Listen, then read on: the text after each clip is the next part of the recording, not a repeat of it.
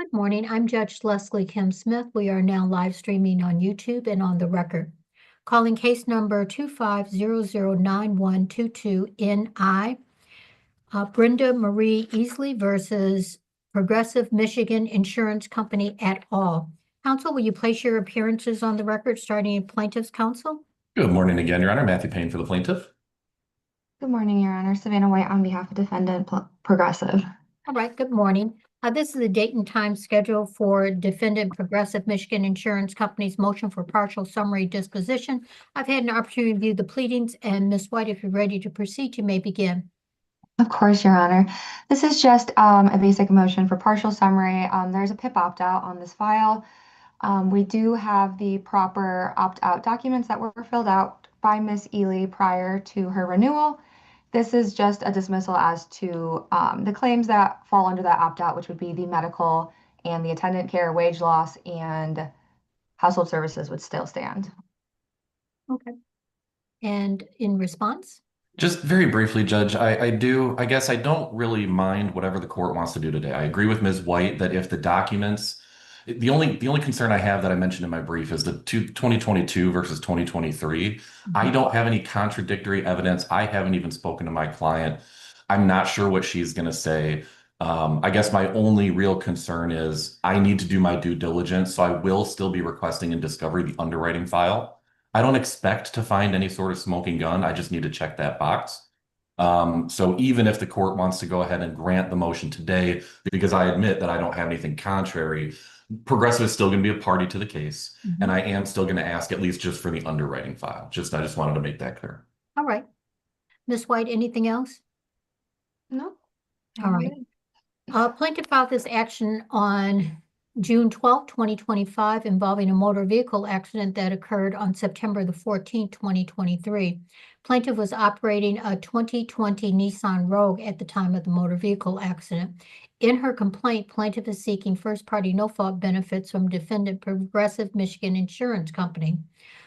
Defendant Progressive has filed this motion for partial summary disposition pursuant to MCR 2.116C10, arguing that plaintiff had a qualified health coverage and that she elected to opt out to exclude herself from receiving any PEP medical expense coverage. Therefore, Defendant Progressive requests that plaintiff's claims for PEP medical coverage, which includes attendant care, medical mileage, and medical billing, be dismissed with prejudice.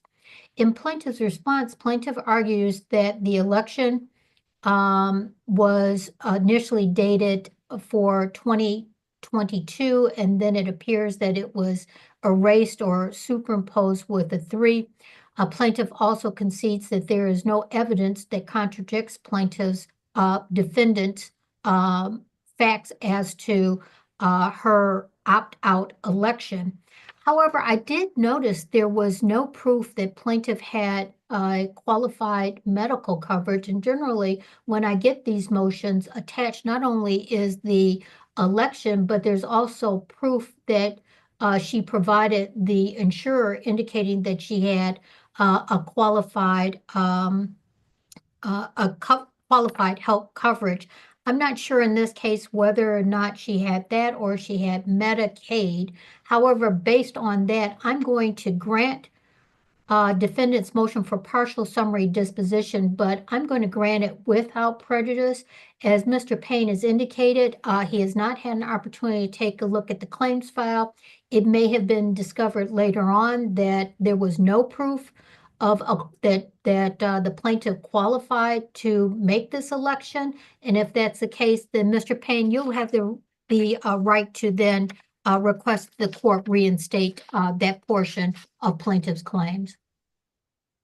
I very much appreciate that, Judge, but as an officer of the court, I was very surprised when you indicated there's no proof of qualified health coverage, because it's one of the first things I look at. And just to be clear, it is the last page of Exhibit C to defendant's motion. Let me take a look at it, because I went through it and I did not see it. Yeah, at Blue Cross Blue Shield, It's like a a letter from screenshot, them. so it probably looks a little different than what you might be used to, like an insurance card or something. Well, and so these letters are extremely common. I'm sure the judge has seen them, but what was a little bit different here is that it was in the same exhibit as the application, as opposed to a separate exhibit. as the application. Exhibit C. It's page 34 of the PDF. Correct. 34. Oh, here we go. Oh, you know what? I apologize. I thought that I looked for this and I didn't see it. So, but you know what? I'm still not going to change. I'm still going to do a dismissal without prejudice. I'm glad I didn't talk myself out of that because for a different reason, I do appreciate that, Judge. All right, no problem. Anything else? No, Your That Honor. was it. All right, if you submit an order, Thank you, Your Honor. Mm-hmm. have a good day. You You too, as well. thanks, Judge.